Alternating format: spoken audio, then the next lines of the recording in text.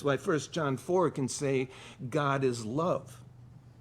In his intrinsic divine nature, love exists.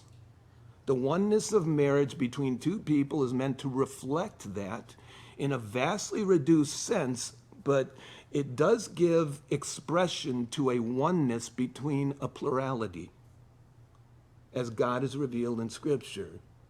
When a man leaves father and mother to be joined to his wife, the language used in leaving and cleaving is speaking of a connection that is made between a husband and a wife stronger than the connection a child has with a parent. The Greek verb used in verse 5 for someone being joined to their spouse means to be glued together. It's inseparable, an inseparable bond. When that bond occurs, as God has ordained it, the two shall become one flesh, something taking place through sexual intimacy. Now, even modern science has discovered what they call the love hormone, Oxytocin it's called. It's a physical hormone released during sexual intimacy that is responsible for creating trust and bonding between two individuals. That's how God designed human beings.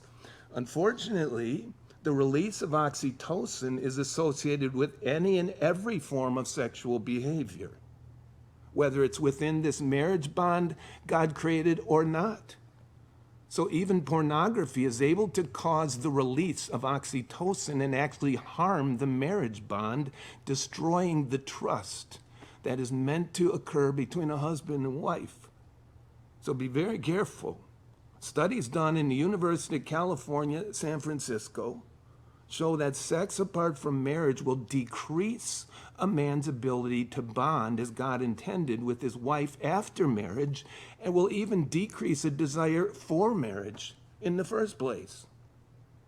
All because of the way God has designed us to not only function, but for married couples to grow in an ever-increasing way, relationally, spiritually, with God at the center. If you've been married for any length of time, if you're a believer in a believing marriage, you know what it's talking about. It's an incredible relationship that God has designed. In his design for marriage, a man and a woman carry out a higher law that God ordained at creation and has revealed here in his word. And so see, for a government to try and alter that higher law through some kind of civil legislation, redefine marriage, it's like the government trying to alter the law of gravity. Well, gravity doesn't really exist in the way that God created. Okay, you be the first one to jump off the building, dude. Okay,